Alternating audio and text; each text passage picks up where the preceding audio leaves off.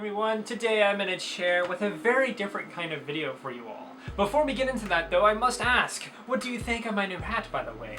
It's brand new, it was like $5, it's extremely cheap. But anyway, today I'm going to talk a bit about game mechanics, my thoughts and things like that, my opinions specifically on a certain gameplay mechanic.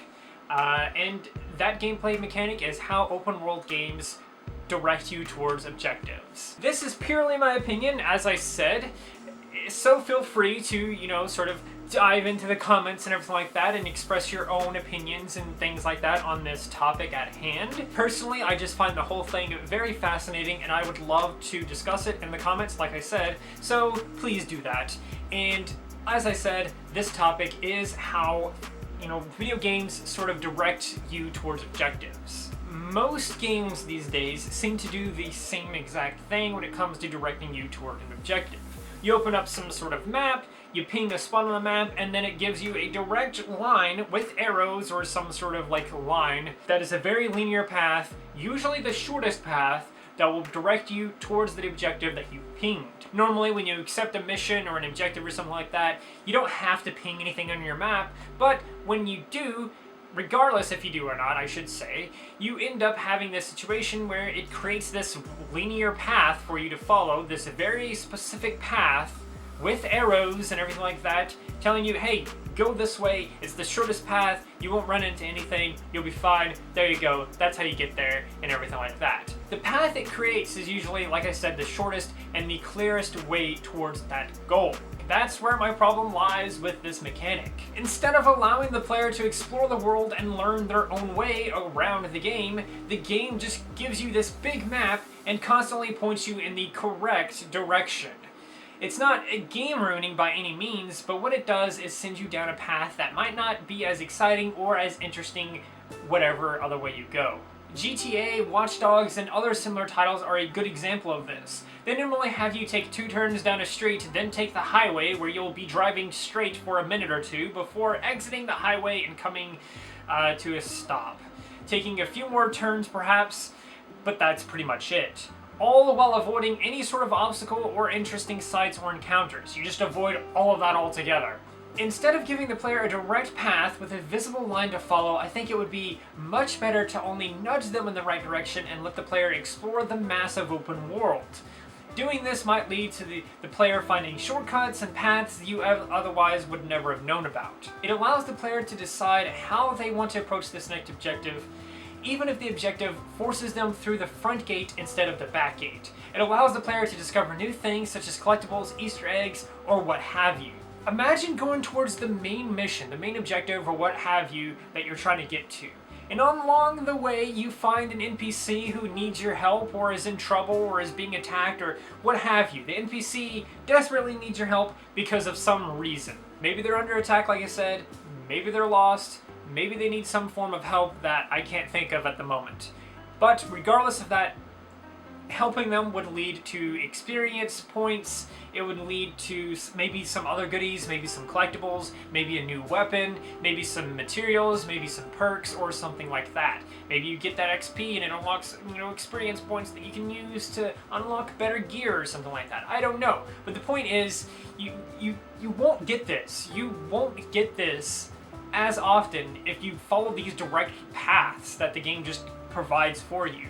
It feels like games that follow this sort of trend of giving you a very linear, short path to every single objective ends up kind of feeling very similar in a way. Even them being completely different from one another. For example, Watch Dogs is nothing similar to Red Dead Redemption 2, but they both give you those lines and everything like that telling you exactly where to go and how to get there. They usually all end up being this sort of game where you go to your objectives, you follow every single linear path that it wants you to get to, and then at the very end, you finally beat the story, the missions, and everything like that.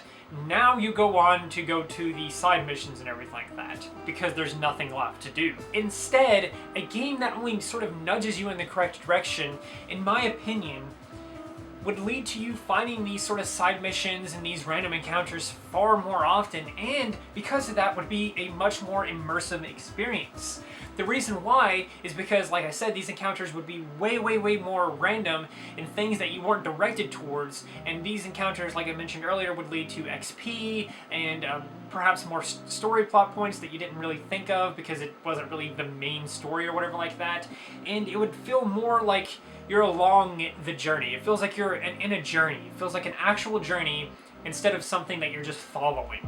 Spider-Man for PS4 does this in an okay way. It tells you where to go without drawing a line, and while you swing along the rooftops and buildings, you may find someone that needs saving, so you go and save them and continue onwards the rest of the way to your main mission. But a game that does this even better, in my opinion, has to be Ghost of Tsushima.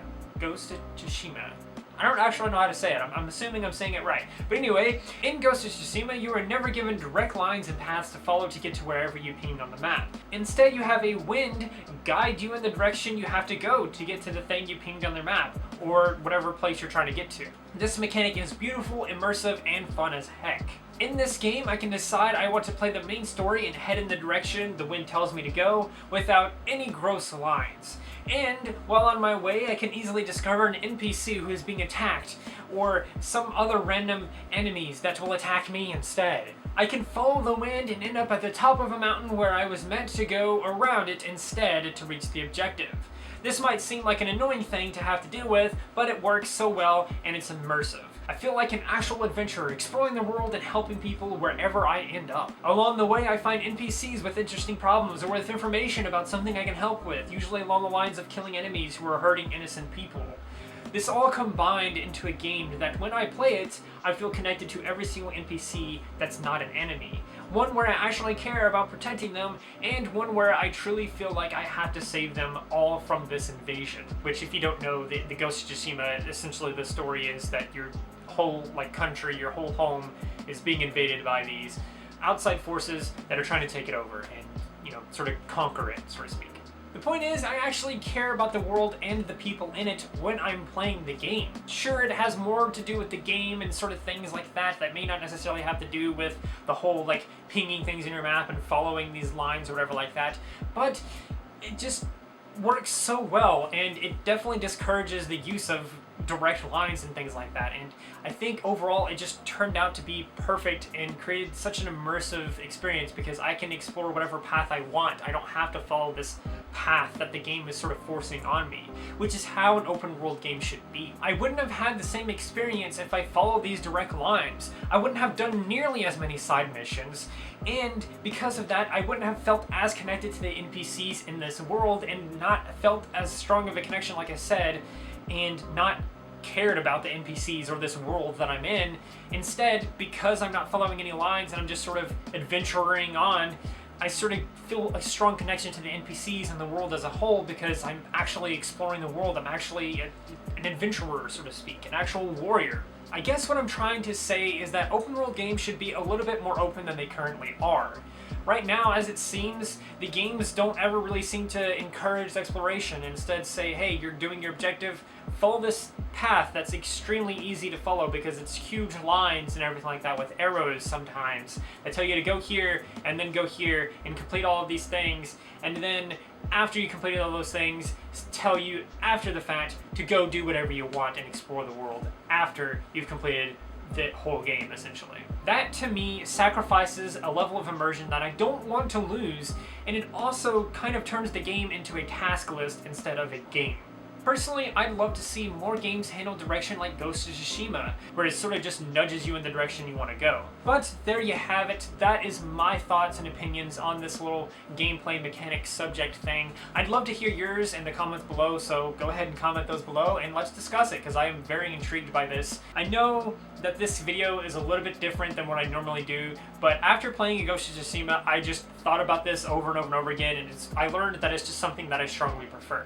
So I'm sorry that it's a little bit different than what I normally do, but if you liked it, let me know in the comments below as well, and maybe I'll do another video talking about some other gameplay mechanics, such as mini-maps or fast travel or some other thing. that's it for the video. I do hope that you enjoyed, even though it was a little bit different than what I normally do. But if you did enjoy it, I would sure as heck appreciate it if you liked, subscribed, shared, and did all of those wonderful things like that. Because when you do those wonderful things, you get access to wonderful content such as this. But that's not all you get. That is not all you get at all. You also get to become wonderful yourself. And I think we all want that. Not just that thing that just flashed up on screen, but also to become wonderful yourself. And that's what you get. When you do those wonderful things, you get to become wonderful yourself. So do those wonderful things, and until next time, stay wonderful.